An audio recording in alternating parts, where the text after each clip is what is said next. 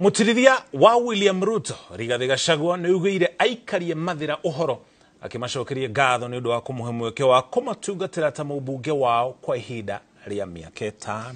Rigathi arĩtie arĩ igongona-inĩ rĩa mahoya kanitha-inĩ wa Victor's Chapel Karati na Mathira County-inĩ ya Nyeri. Igongona rĩrĩa mahoya Rigathi orĩtie mũingĩ kũhoera bũrũri hĩndĩ na thutha wa gĩthurano. Igongona rĩrĩ rĩrehete hamwe atungatĩri a mĩena ĩtiganĩte ya Mathira. People are peaceful, people are calm, and Kenyans are waiting very anxiously to wake up on the 9th of August to go and determine their leaders for the next 5 years.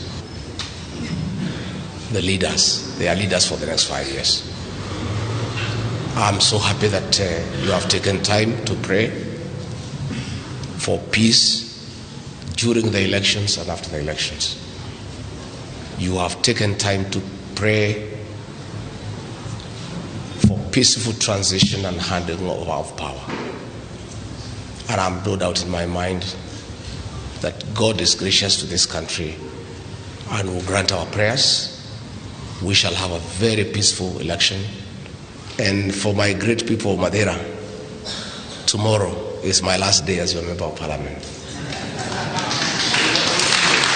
And I really want to thank you for the opportunity and the privilege and the honor.